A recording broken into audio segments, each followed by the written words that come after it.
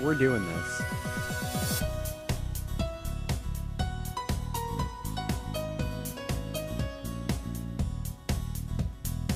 The Nintendo Wii, what many know as the winner of the 7th generation console war by miles. The console that popularized motion-based controls not only as a peripheral, but as a central theme for a multitude of games. This bad boy lives in infamy as the console where Nintendo ditched its hardcore audience in favor of making the casual audience feel more welcome and making nearly every game on it feature some form of motion-based control, with the infamous Wii Remote. I personally love the Wii for many reasons. It was the first gaming console I ever had. I think tons of first-party titles on it rule, and many things I'll discuss in future videos. But there is one game that everybody knows the Wii for. One game that is synonymous with the experience that you can expect on the Nintendo Wii. Wii Sports.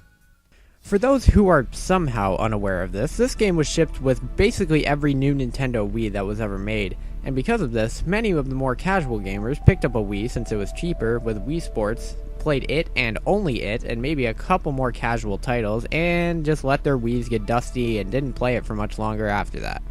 This game has become sort of a meme among Nintendo fans, as Wii Sports is a very small game, and I mean, come on, you've heard all the meme songs, but today, I'm not just gonna talk about memes.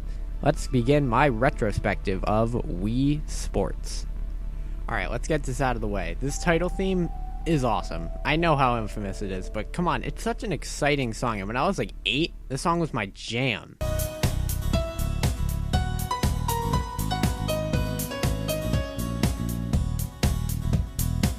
Wii Sports offers a whole 5 sports to test the versatility of the Wiimote's motion controls, and very early stage of motion controls at that. In Wii Sports and most other Wii-branded titles, you play as the Mii featured in your Wii or Wii U's Mii channel, or a guest Mii if you can't bring yourself to create one of the greatest features on the Wii, Wii U, or Switch.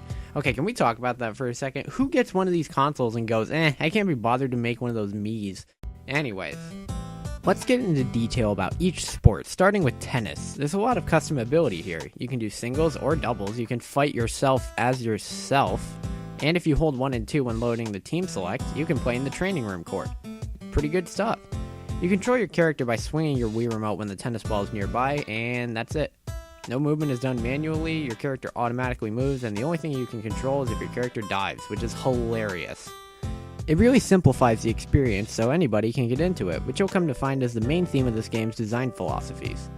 And aside from that, you just basically play tennis. Also this. Next up is America's favorite pastime, baseball. You and a friend duke it out in a 5-inning game of baseball where you alternate pitching and hitting with your team of Miis. You bat by holding the Wii Remote like a bat and swinging it, and you can pitch by swinging the Wii Remote overhand, and you can do a mix-up by holding a button while you're swinging. You don't control any team members in the outfield, so it's pretty out of your control if you get a double or a triple or a single, so the game's practically luck unless you nail the ball to score a home run. Next. Bowling is the one that everyone remembers. You and up to 3 friends go at it in a good old game of bowling. You can angle your shot however you'd like, hold the B button, swing the Wii Remote behind and in front of you, and let go and watch that baby spin. You can twist your Wii Remote to add more hook to the ball, and other than that, you can scare the piss out of the crowd by throwing the ball behind yourself, which is hilarious. Next up, we have golf. Everybody's detox game, right? No? Oh my Jesus Christ. You can swing the Wii Remote to do a test swing, and you hold A to hit the ball. You can change the direction you putt the ball, and you can change what club you use.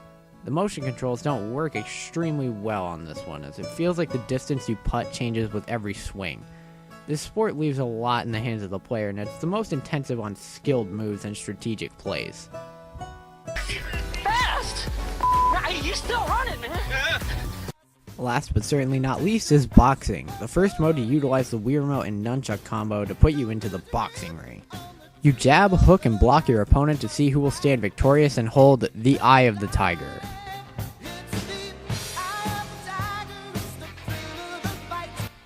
And that's pretty much it for all the main sports, but Wii Sports does offer some neat side modes.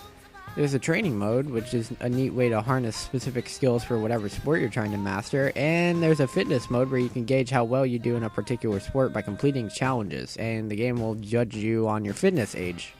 So, there's that. Aside from that, you can level up your Mii's rank in specific sports by competing against CPUs, and if you make it into the pro level, you get a cool aesthetic change to your given tool in that sport. And in a nutshell, that was Wii Sports. Although a very small game, this was incredibly successful, and in terms of sales, was the best launch title of any console at this point in time. Everyone's had good times playing this, and it made a console as goofy as the Wii a corporate monster. However, that doesn't change how absolutely broken the vanilla Wii Remote's motion tech was in other Wii titles. Tons of inaccuracies, faulty wrist straps, no ergonomic comfort, and tons of games finding any excuse to show how the addition of motion controls could ruin the execution of perfectly good ideas. And so the Wii Remote was to receive a remodeling, known as Wii Motion Plus. But it was not to launch without a game that, like Wii Sports, sought out to test the versatility of the new Wii Remote technology. Wii Sports Resort.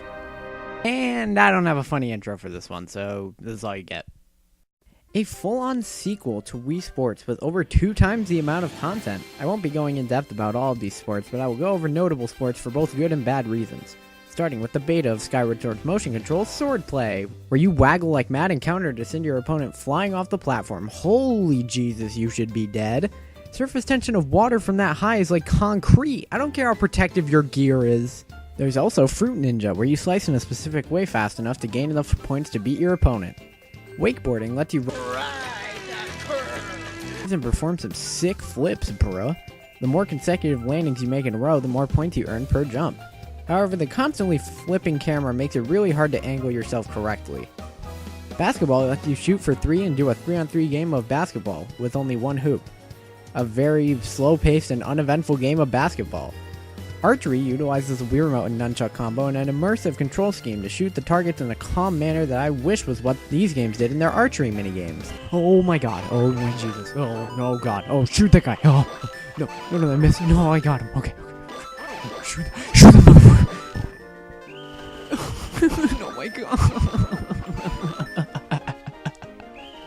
Biking is a great way to wear your arms out for minimal payoff. It makes you alternate arms per pedal, and goddamn does it make your arms work. Especially because of how long these races are. Jet skiing is like wakeboarding, but you use the Wii Remote and Nunchuck to accelerate through rings, earning more points the faster you go through them. Frisbee is an infuriatingly inaccurate simulation of real-life Frisbee, where you somehow have to aim this Frisbee into the middle of this circle through some miracle. Oh, go, girl, go! Yes! Very nice! There's skydiving, where you make a giant human spider web and remind yourself what game you're playing. You can canoe and somehow manage to start rowing on the wrong side of the boat. That's always fun. Don't you hate when that happens?